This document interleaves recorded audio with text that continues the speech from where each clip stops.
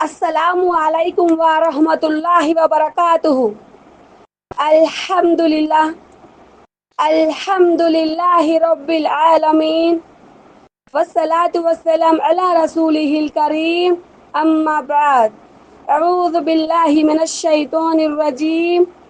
Bismillahir rahmanir rahim. बहन आय पढ़ो माँ. أعوذ بالله من الشيطان الرجيم بسم الله الرحمن الرحيم إني ظننت أني ملاق حسابيه فهو في عيشة راضية في جنة عالية قطوفها دانية كلوا واشربوا هنيئا بما أسلفتم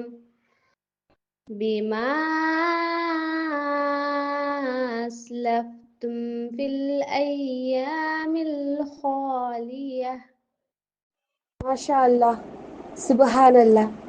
لا حول ولا قوة إلا بالله. رب اشرح لي صدري ويسر لي أمري واحلل عقدة من لساني يفقه قولي. ربي زدني علما. اللهم فقهنا في الدين. ఆమీన్ యా రబ్బల్ ఆలమీన్.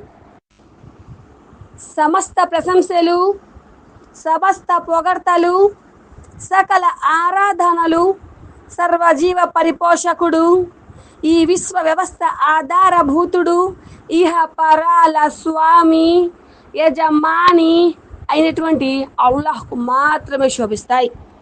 ఆ అల్లాహ్ సుబ్హానహు వ తఆలా అనన్యంగా ప్రేమించేవాడు, అపారంగా కనికరించేవాడు, తీర్పు దినానికి తిరుగులేని చక్రవర్తి అల్లాహ్ సుబ్హానహు వ తఆలా. ఆయనే మనందరినీ శిశువు రూపంలో బయటకు తీస్తున్నాడు, యుక్త వయసుకు చేరేటందుకు ఎదుగుదలని ప్రసాదిస్తున్నాడు. తిరుగుతున్న కాలచక్రం, మారుతున్న మనుషులు, అర్థం కాని తలరాతలు లిగించేది అల్లాహ్ సుబ్హానహు వ తఆలా. ఆయన తన గ్రంథంతో పాటు ప్రవక్తలను ఎంపిక చేసుకున్నాడు. తన ధర్మాన్ని ప్రజలకు తెలపడానికి, సత్య మార్గం చూపడానికి, సత్య అసత్యాలను తెలపడానికి, ధర్మ అధర్మాలను బోధించడానికి ప్రవక్తలను పంపాడు. అలా వచ్చిన ప్రవక్తలందరిపై అందులోని చిట్ట చివరి ప్రవక్త, ఆదర్శమూర్తి, కారుణ్య ప్రదాత అయిన ముస్తఫా స్వల్లల్లాహు అలైహి వసల్లం గారిపై అనంతకోటి శుభాలు, అనంతకోటి కారుణ్యాలు, అనంతకోటి శ్రేయస్సులు వర్షింపచేయుగాక. ఆమీన్ యా రబ్బల్ ఆలమీన్. టుడే క్లాస్ విశ్వాసులు వర్సెస్ అవిశ్వాసుల లెక్కల విచారణ. ప్రళయ దినం రోజు ఎలా ఉండబోతుందో, ఎలా ఉంటుందో ఇన్షా అల్లా ఈ రోజు మనమందరము కూడా తెలుసుకునే ప్రయత్నం చేద్దాం ఇన్షా అల్లా. మన యొక్క క్లాస్ ప్రారంభంలో ఒక సోదరి తన యొక్క తిలావతును ప్రదర్శించారు కదా. ఆ యొక్క వాక్యము తెలుగు అర్థము నేను చదివి మీకు వినిపిస్తాను, గ్రహించండి. ఎవరైతే కర్మల పత్రాన్ని తమ కుడి చేతికి ఇవ్వబడుతుందో అతను ఇదిగో నా కర్మల పత్రం, మీరంతా చదవండి, నిశ్చయంగా నా లెక్కలు నాకు సవ్యంగానే లభిస్తాయని నేను విశ్వసించేవాణ్ణి అని అంటాడు. ఆ తర్వాత అతను ఎంతో సంతోషమైన భోగ భాగ్యాలు అనుభవిస్తాడు. అత్యున్నత స్వర్గవనాలలో ఉంటాడు. దానిలో పండ్లు అతి సమీపంలో చేతులకు సులభంగా అందినట్లు ఉంటాయి. మీరు హాయిగా తినండి, హాయిగా త్రాగండి, గత జీవితంలో మీరు చేసుకున్న పుణ్యకర్మలకు ప్రతిఫలంగా ప్రసాదించబడ్డాయని వారితో అనబడుతుంది. ఇది ఎవరికి? ఆ? ఇది ఎవరికమ్మా? ఇది విశ్వాసులకి. ఎవరైతే ప్రాపంచిక కోరికల వైపు మనసు పరిగెడుతున్నా పట్టి లాగి ఒక జైలులో ఒక దోషిని, ఒక దొంగని, ఒక హంతకుని, ఒక నేరస్తుని వేసి గట్టిగా ఎలా అయితే పోలీసులు బంధించేస్తారో సంఖ్యలతో, అలా తన మనసును లాగి ప్రాపంచిక జీవితం వైపు పరిగెత్తకుండా గట్టిగా గొలుసులు కట్టేసుకొని అల్లా సుబ్హానహు తాలా కోసం మాత్రమే ఆయన ఏదైతే సత్కార్యాలు చేయమన్నాడో ఆ కార్యాల నిమిత్తం ఏదో అల్లా పిలిచే వరకు అల్లా ఇచ్చిన వరాలను అనుభవిస్తూ అల్లా ఏదైతే సత్కార్యాలు చేయమన్నారో ఆ సత్కార్యాలు చేసుకుంటూ ఆ సత్కార్యాలు చేసుకుంటూ చెడుకి లోన్ అవ్వకుండా, చెడు ప్రపంచానికి ప్రభావం అవ్వకుండా, ఎవరైతే తన ప్రాపంచిక సుఖాలను సైతం అల్లా యొక్క దారిలో కుర్బానీ చేస్తాడో వారికి లభించే బహుమతి ఇప్పుడు నేను చెప్పిన బహుమతి. అర్థమవుతుందా? అలా కాకుండా మనసు ఎక్కడికి వెళ్తే అక్కడికి ఏది చేయాలనిపిస్తే అది చేయడం, వెనక ముందు ఆలోచన చేయకపోవడం, నాకు ఇహలోకమే చాలు, ఈ స్వర్గం ఇక్కడ నేను అనుభవిస్తానని చెప్పేసి అల్లాహ్ యొక్క రాజ్యాంగానికి భయపడకపోవడం, అల్లాహ్కి భయపడకపోవడం, అల్లాహ్ యొక్క రాజ్యాంగాన్ని హక్కును గుర్తించకపోవడం, తమ కర్మలన్నీ వృధా చేసుకున్న వారి ప్రతిఫలం ఎలా ఉంటుందో ఇప్పుడు చెప్తా. ఎవరికైతే కర్మల పత్రాన్ని ఎడమ చేతికి ఇవ్వబడుతుందో వారి బాధల గురించి అల్లాహ్ ఇలా ప్రకటిస్తున్నాడు. ఎవరికైతే కర్మల పత్రాన్ని తమ ఎడమ చేతికి ఇవ్వబడుతుందో అతను చదివి ఇలా వాపోతాడు, అయ్యో అయ్యో నా కర్మల పత్రం నాకు అసలు ఇవ్వకుండా ఉంటే ఎంత బాగుండేది, నా లెక్కేమిటో నాకు తెలియకుండా ఉంటే ఎంతో బాగుండేది, నాకొచ్చిన తొలి చావే శాశ్వతమైన మరణమై ఉంటే ఎంత బాగుండేది, ఈరోజు నా సిరి సంపదలు ఏమాత్రం పనికి రాలేదే, నా అధికారం అంతా అంతరించిపోయిందే అని అంటాడు. ఆ తర్వాత ఇలా ఆజ్ఞాపించబడుతుంది, అతనిని పట్టుకోండి, అతని మెడకు గుది బండ కట్టండి, ఆ తర్వాత అతనిని నరకంలోకి విసిరివేయండి. చూసారా? నరకవాసులు జరిగే అవమానం అది. 69వ సూర 25 నుంచి 31 ఆయతులు గ్రహించండి, 25 to 31. ఇంతకుముందు విశ్వాసుల గురించి అదే 69 సూర 19 నుంచి 24 ఆయతులు ఒకసారి చదవండి, గ్రహించండి. అయితే విశ్వాసుల నుండి లెక్క తీసుకుని కొన్ని విధానాలు కూడా మనము ఇప్పుడు గ్రహిద్దాం ఇన్షాల్లా. మనం ఎప్పుడు చెప్పుకునేదే మొట్టమొదట విధిగా మనకు చేసిన నమాజ్ విచారణ జరుగుతుందన్నమాట. హజరత్ అబూ హురైరా రలియల్లాహు అన్హు కథనం, ప్రవక్త ముహమ్మద్ సల్లల్లాహు అలైహి వసల్లం ఇలా ప్రవచించారు, ప్రళయ దినాన మనిషి అన్నిటికంటే ముందు ప్రశ్నించబడేది అతను విధిగా చేయవలసిన నమాజు గురించి. అతను నమాజు సవ్యంగా ఆచరించి ఉంటే సాఫల్యాన్ని, విజయాన్ని పొందుతాడు. ఒకవేళ నమాజు సవ్యంగా లేదంటే అవమాన పాలవుతాడు, నష్టపోతాడు. అయితే కొందరు నమాజులను ఆచరించేవారే కానీ విధిగా ఉన్న కొన్ని నమాజులను చదవని కారణంగా కొరత చేసి ఉంటే ప్రళయదినాన ఇలా అంటాడు, నా దాసుడు నఫిల్ అదనపు నమాజ్ ఏమైనా చదివి ఉంటే వాటి ద్వారా విధిగా విధించబడిన నమాజుల కొరతను పూర్తి చేయండి అని ఆజ్ఞాపిస్తాడు. అలా విశ్వాసులుగా ఉన్న వారి ఇతర కర్మల పట్ల ఇదే విధంగా లెక్క తీసుకోవడం జరుగుతుంది. సహీ హదీసు తిర్మిజీ, నసాయి, సహీహుల్ జామే 3783. అంటే విశ్వాసికి ఫరజు చేయబడిన 5 పూట్ల నమాజ్ ఖచ్చితంగా నమాజ్ చేయాలి. ఒకవేళ అతని ప్రళయ కాలంలో నమాజుల సంఖ్య తక్కువైతే అతను ఏదైతే చేసుకున్న నఫిల్ నమాజుల ఇబాదత్ ఉందో ఆ తగ్గిన సంఖ్యలో ఈ నఫిల్ నమాజుల సంఖ్యను కలిపేస్తారు. అల్లా సుబ్హాన్ తఆలా లెక్క తీసుకుంటారనమాట. అలా ఆ విశ్వాసికి ఆ నమాజ్ యొక్క లెక్కను సులభతరం చేస్తారు అల్లా సుబ్హాన్ తఆలా.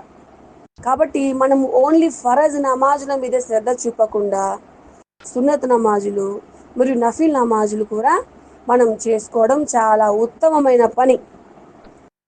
ఎందుకంటే మనకు నమాజుల సంఖ్య అక్కడ తగ్గిపోతే మనము నష్టపడిపోతాము, నష్టపడిపోయిన జాబితాలో పడిపోతాం అన్నమాట.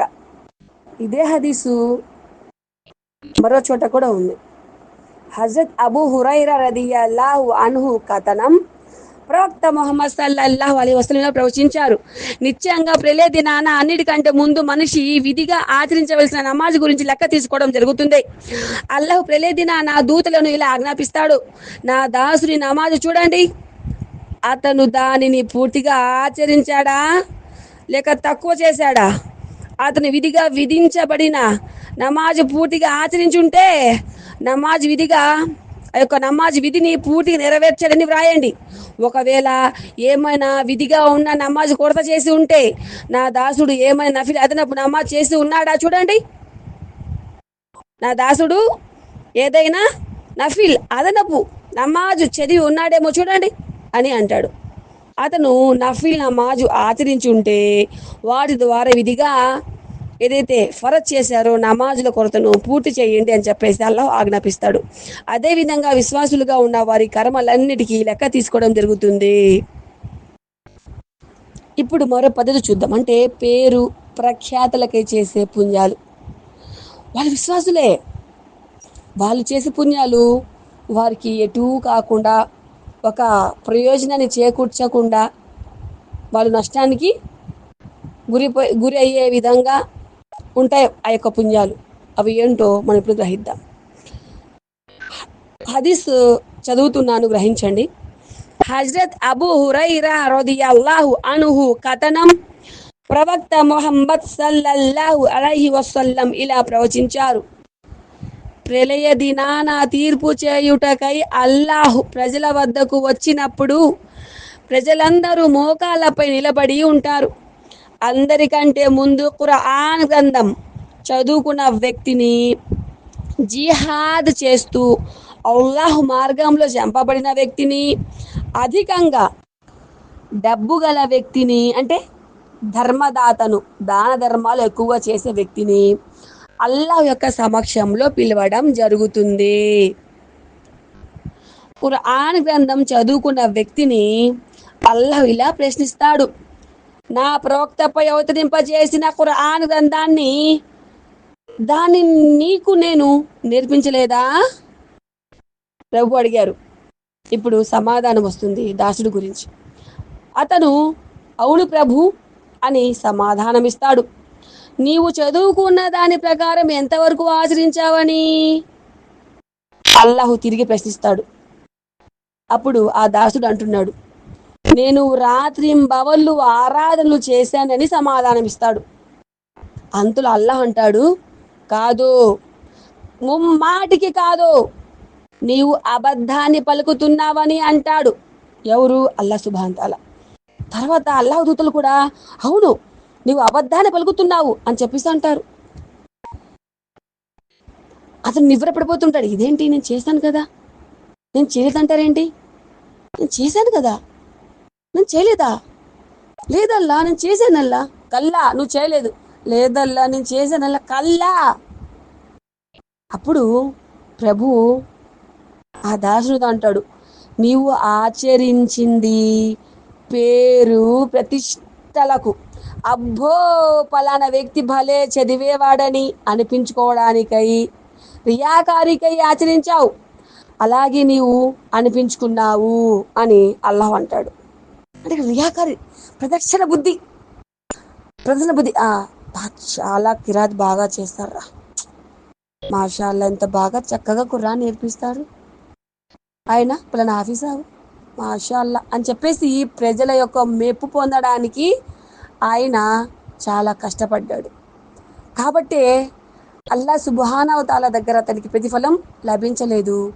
ఆయన అన్నేసి పుణ్యాలు కూడా ఉత్తిగానే అలా అలా గాలిలో కలిసిపోయినట్లు పెద్ద గాలివాన వచ్చి ఒక గాలి ఎగిరేసుకొని పోతుంది కదా, ఒక పెద్ద గాలివాన వస్తే మన వస్తువులను ఎగిరేసుకొని పోయినట్లు ఆ రియాకారి ఆ ప్రదక్షిణ బుద్ధి అనేది ఆయన పుణ్యాలను హరించి వేసింది, నష్టానికి గురి చేసింది.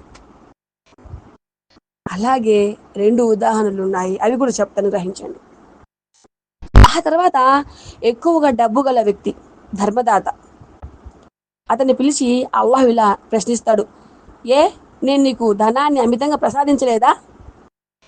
నీకు నీ అవసరాలకై ఎవరి దగ్గర అడుక్కోకుండా చేశాను కదా అని అల్లా సుబ్హానహు తాలా దాసునితో అంటాడు. అప్పుడు ఆ దాసుడు అంటాడు, అవును ప్రభు అని అంటాడు. అయితే నేను ప్రసాదించిన దానిని అంటే ధనాన్ని నువ్వు ఎలా ఖర్చు చేశావు అని అల్లా ప్రశ్నిస్తాడు. అప్పుడు ఆ దాసుడు అంటాడు, నేను ఆ ధనంలో నుంచి బంధుమిత్రుల హక్కులను చెల్లించాను మరియు అనేక దాన ధర్మాలను చేశాను అంటాడు. అంతలో అల్లాహ్ కాదు కల్లా, నీవు అబద్ధాన్ని పలుకుతున్నావని నిరాకరిస్తాడు. అల్లా తీసుకోడు. తర్వాత అల్లాహ్ దూతలు కూడా ఇదే చెప్తారు, నువ్వు అబద్ధమే పలుకుతున్నావు అంటారు. ఆ దాసుడు లేదల్లా నేను నిజమే చెప్తున్నానల్లా అంటాడు. ఆ తర్వాత అతనితో నా అల్లా అంటాడు ఏమని, నీవు దానం చేసింది పేరు ప్రతిష్టలకు, అబ్బో ఫలానా వ్యక్తి పలానా ధర్మదాత, దాన, వీర, సూర, కర్ణ అలా అనిపించుకోవడానికే చేసావు నువ్వు, అలా అనిపించుకోవడానికి చేశావు, అలాగే నువ్వు అనిపించుకున్నావు, ప్రజల మీద అభిప్రాయం రావాలని చెప్పేసి నువ్వు చేసావు, ప్రజలు అనిపించుకున్నావు, అయిపోయింది, ఇంకా నీకు నా దగ్గర ఎందుకు ప్రతిఫలం ఉంటుంది అని చెప్పేసి అల్లా సుబ్హానహు తాలా అక్కడ చెప్పడం జరిగింది. అది ఇన్ని దానాలు చేసి ఉంటాడు, ఎంత డబ్బు ఖర్చు చేసి ఉంటాడు, ఇవన్నీ కూడాను అతను అల్లాహ్ యొక్క మార్గంలో చేస్తుంటే అల్హమ్దులిల్లా దానికి తగిన ప్రతిఫలం ఆయనకు లభించేది. కానీ ప్రదర్శన బుద్ధి కోసం చేశాడు. పలానా వ్యక్తి పలానా చాలా దానం చేసేవాడు, అసలు మామూలుగా దానం చేయడు, అబ్బో దాన వీర సూరకన్న బాబు, ఇతని తర్వాత ఇంకెవరైనా కానీ ఇతని తర్వాత అన్నట్టు అనిపించుకోవాలని ఆ యొక్క ప్రదర్శన బుద్ధితోటి ఆయన పనులు చేశాడు. ఏం లాభం? అక్కడ ఆ పుణ్యాలన్నీ అతనికి నష్టమే చేశాయి. అక్కడ పుణ్యాలు ఏం లేవు, అక్కడ హరించుకొని పోయాయి, అతని పుణ్యం హరించుకుపోయాయి. అల్లా యొక్క అతని సేవను స్వీకరించలేదు. ఇంకా ఎందుకు? రియాకారి, అది చాలా ప్రమాదకరమైనది. రియాకారి అసలు అది రియాకారి ఒక మనిషిలో దాగి ఉందని కూడా మనం గెస్ చేయలేము. కాబట్టి మనం విశ్వాసులందరము కూడా రియాకారి నుంచి మనము ఫస్ట్ కాపాడబడాలి. ప్రదర్శన బుద్ధి అనేది మనకు ఉండకూడదు. మనం ఏది చేసినా అల్లా కోసం మాత్రమే చేయాలి, అల్లా యొక్క సంతృప్తి కోసం మాత్రమే చేయాలి. అల్లా ఇచ్చే ఏదైతే ప్రతిఫలం ఉంటుందో ఆ ప్రతిఫలం కోసం మాత్రమే చేయాలి. భూలోక వాసుల దగ్గర మన ప్రతిఫలాన్ని ఆశించకూడదు. భూలోక వాసుల దగ్గర ప్రతిఫలాన్ని ఆశించామనుకోండి, మన అల్లాహ్ తాలా నుంచి వచ్చే ప్రతిఫలం ఆగిపోతుంది. అది అలాగే ఇంకొక ఎగ్జాంపుల్ ఉంది, అది కూడా గ్రహించండి. అయితే జిహాద్ చేస్తూ అల్లాహ్ మార్గంలో చంపబడిన వ్యక్తి గురించి ఇక్కడ ప్రస్తావన ఉంది. 2 వ్యక్తుల గురించి చెప్పాం కదా, ఇది 3వ వ్యక్తి గురించి అన్నమాట. తర్వాత జిహాద్ చేస్తూ అల్లాహ్ యొక్క మార్గంలో చంపబడిన వ్యక్తిని పిలిచి ఎలా నీవు చంపబడ్డావు అని అల్లాహ్ ప్రశ్నిస్తాడు. అతను నీ మార్గంలో యుద్ధం చేయుటకై నన్ను ఆజ్ఞాపించబడింది, అందువల్ల నేను నీ మార్గంలో యుద్ధం చేస్తూ ఉండగా చంపబడ్డానని అంటాడు. అంతలో అల్లా సుబ్హానహు తాలా అంటారు, కాదు నీవు అబద్ధాన్ని పలుకుతున్నావు అని చెప్పేసి అల్లా నిరాకరిస్తారనమాట. తర్వాత అల్లాహ్ దూతలు కూడా అవును నువ్వు అబద్ధాలే పలుకుతున్నావు అని అంటారు. తర్వాత ఆ దాసునికి ఏం అర్థం కాదు, ఏంటి ఇలా మాట్లాడుతున్నారు, నిజమే కదా, అల్లాహకు దారిలోనే కదా నేను నా యొక్క ప్రాణాన్ని నేను షహీద్ చేశాను అని చెప్పేసి ఆలోచన చేస్తూ ఉంటాడు. అతనితో అల్లాహ్ సుబ్హానహు వ తఆలా అంటారు, నీవు నా మార్గంలో పోరాడింది కేవలం పేరు ప్రతిష్టలకు, అబ్బో ఫలానా వ్యక్తి యుద్ధ వీరుడని అనిపించుకోవడానికై పోరాడావు, అలాగే వాళ్ళతో అనిపించుకున్నావు నువ్వు అని అల్లాహ్ అంటాడు. ఇవి హదీసులు, ప్రస్తావన, ఇద్దరు మనుషుల మధ్య ఉన్న ప్రస్తావన అన్నమాట మనం ఇప్పుడు మాట్లాడుకునేది. ఆ తర్వాత ప్రవక్త ముహమ్మద్ సల్లల్లాహు అలైహి వసల్లం నా మోకాలపై, అంటే ఇది అబూ హురైరా గారు చెప్తున్నారనమాట, ఆయన చెప్తున్నారు ఈ మాటలు. ఆ తర్వాత ప్రవక్త ముహమ్మద్ సల్లల్లాహు అలైహి వసల్లం గారు నా మోకాలపై తట్టి ఇలా ప్రవచించారు, మోకాలపై ఇలా కొట్టి ఇలా ప్రవచించారు, ఓ అబూ హురైరా, సర్వ సృష్టిలో అందరికంటే ముందు ఇలాంటి 3 గుణాల వ్యక్తులే ప్రళయ దినాన నరకయాతనలకు గురి కాబోయేది అని చెప్పేసి అబూ హురైరా తోటి ప్రవక్త గారు చెప్పారనమాట. అయితే ఈ హదీసును మాట్లాడుకునే సందర్భాలు ఉంటాయి కదా, మాట్లాడుకుంటున్నారు కదా, ఇలా మన ప్రవక్త గారు అబూ హురైరాతో ఇలా చెప్పేది ఈ మొత్తం అక్కడ వింటున్నారు. ఎవరు వింటున్నారు? హజరత్ ముఆవియా గారు వింటున్నారు ఈ హదీసును. ఇలా ప్రవక్త గారు అబూ హురైరాతో చెప్పే హదీసును, ఆ సందర్భాన్ని హజరత్ ముఆవియా రదియల్లాహు అన్హు గారికి వినిపించింది అనమాట. అప్పుడు హజరత్ ముఆవియా రదియల్లాహు అంటున్నారనమాట, అతని యొక్క వ్యక్తిత్వం, అతని యొక్క అభిప్రాయాన్ని వాళ్ళు చెప్తున్నాడు. అలాంటి వ్యక్తులతోనే, అంటే అలాంటి వ్యక్తులకి అలా జరిగితే మరి అంటే మా వంటి మనుషుల గతి ఏంటి, మా వంటి మనుషుల గతి ఏమిటి అని విలపించారు, బాగా గట్టిగా ఏడ్చారు. ఆ ఏడుపు చూసి ఇంకా వారు ఏడ్చి ఏడ్చి చచ్చిపోతారేమో అని చెప్పేసి భయపడ్డారనమాట. అబూ హురైరా రదియల్లాహు అన్హు గారు మరియు మన ప్రవక్త గారు భయపడ్డారు. ఆ తర్వాత అతనికి స్పృహ వచ్చింది. ఆ తర్వాత ముఆవియా రదియల్లాహు అన్హు గారు స్పృహలోకి వచ్చి తమ ముఖంపై మసాజ్ చేసుకొని అల్లాహ్ మరియు ఆయన ప్రవక్త సల్లల్లాహు అలైహి వసల్లం చెప్పింది ముమ్మాడి నిజమేనని ఖురాన్ సూక్తిని ఇలా వినిపించారనమాట. కాబట్టి కేవలం ఈ ప్రాపంచిక జీవితాన్ని, దాని పలుకు బెలుకులను కోరుకునే వారికి వారి కర్మల ప్రతిఫలాన్ని ఇక్కడే ఇచ్చేస్తాము, అందులో వారికి ఎలాంటి కొరత చేయము. అయితే పరలోకంలో అటువంటి వారికి అగ్ని తప్ప మరేమీ ఉండదు. వారి ప్రపంచంలో చేసినదంతా అంటే నాశనమైపోతుంది, ఇంకా అది ఆమోదించడం అనేది జరగదు, మరి వారు చేసుకున్న కర్మలన్నీ వ్యర్థమైపోతాయి. ఇప్పుడు ఆయనకి ఒకటి అనిపించింది అనమాట, ఈ ప్రాపంచిక జీవితం ఒకటి తలుపు బిలుకులు మాత్రమే, ఈ ప్రాపంచిక భూలోక వాసుల మెప్పు కోసం మనం ప్రయత్నిస్తే అసలైన ప్రతిఫలాన్ని అల్లా నుంచి మనం నష్టపోతాము. కాబట్టి అని చెప్పేసి ఇలా ఆయనకి రియలైజ్ అయ్యారు. ఆయన ఎవరు? ముఆవియా రదియల్లాహు అన్హు గారు రియలైజ్ అయ్యారనమాట. ఈ హదీసు సహీహుల్ జామే 2593. అలాగే ఇంకొంచెం విషయం తెలుసుకొని మనము క్లాస్ ముగించేద్దాం ఇన్షాల్లా. అలాగే మానవులు చేసిన పాపాలు కూడా చూపించబడతాయి. అలాగే మానవులు చేసిన పాపాలు కూడా చూపించబడతాయి. నేను హదీస్ చదువుతున్నాను, గ్రహించండి. హజరత్ అబ్దుల్లా బిన్ ఉమర్ రదియల్లాహు అన్హు కథనం. ప్రవక్త ముహమ్మద్ సల్లల్లాహు అలైహి వసల్లం చెప్తుండగా నేను ఇలా విన్నాను, అల్లాహ్ విశ్వాసిని తన దగ్గరకు చేర్చుకుంటాడు, అతనిని దాచుకుంటాడు. తర్వాత తర్వాత అల్లాహ్, నీవు ఈ పాపాలు చేసావు కదా, నీకు తెలుసా, ఈ పాపాలు చేసావు కదా, నీకు తెలుసా అని అడుగుతాడు. అంటే అతనిని ఎవరు చూడకుండా తన దగ్గర లాక్కుని, ఈ పాపాలు నువ్వు చేసావు కదా, ఇవి నువ్వు చేసిన పాపాలు, ఇవి నువ్వు చేసిన పాపలే కదా, నువ్వు చేసే పాపాలు నువ్వే చేసావు కాదా అని చెప్పేసి అడుగుతూ ఉంటారనమాట.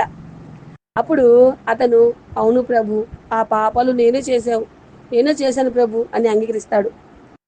ఇంకా ఆ దాసుడు, బాబోయ్ ఇన్ని పాపాలు చేశానే, ఏం చేద్దామమ్మా, అయ్యో నేనేం తప్పించుకుంటాను, ఇంకా ఈ మొత్తం ఇక్కడ ఒక థియేటర్లో ఒక మూవీ చూపించేస్తున్నారు కానీ నేను చేసిన పాపాలన్నీ కూడాను నేను చేయలేదని చెప్పడం లేదు, చూపిస్తున్నారు తెర మీద మనం చేసిన పాపాలు చూపిస్తున్నారు అల్లాహ్ సుబ్హానహు వ తఆలా అక్కడ చూపిస్తున్నారు.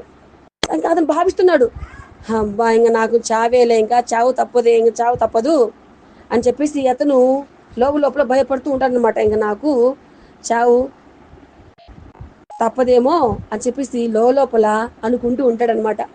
అంతలో అల్లా సుబ్హానహు వ తఆలా ఆ పాపాలన్నిటినీ భూలోకంలో ఇతరులకు తెలియకుండా నేను దాచాను, ఈ రోజు వాటన్నిటినీ క్షమించానని అంటాడు.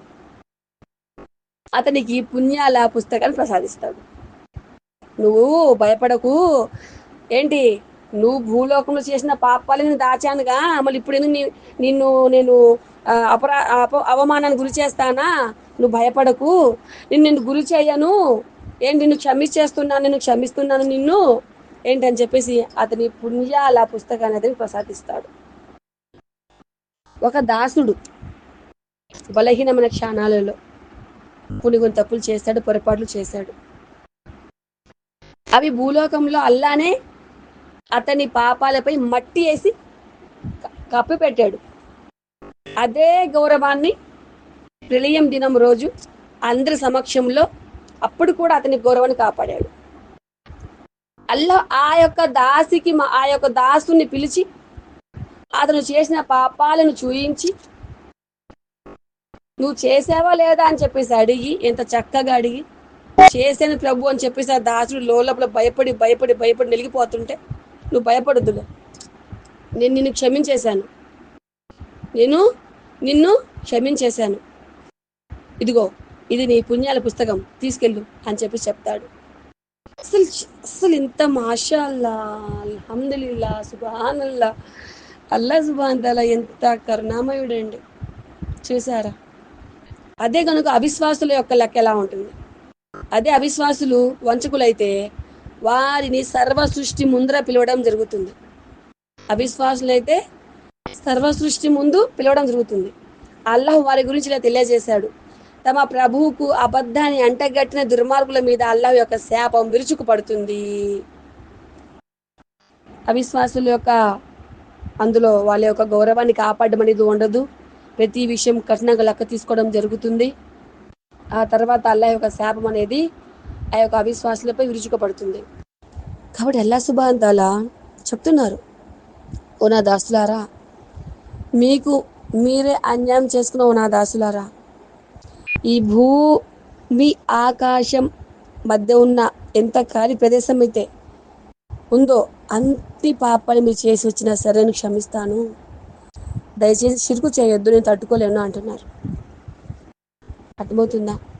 కాబట్టి నేను చెప్పేది ఏంటంటే, రేపటి రోజున ఆ పరిస్థితులు ఎలా ఉంటాయో మన మాటలు గ్రహించలేము, ఊహించను లేము. కాబట్టి మన లెక్క పత్రం అనేది సులభతరం చేయాలి అల్లాహ్ సుబ్హానహు వ తఆలా.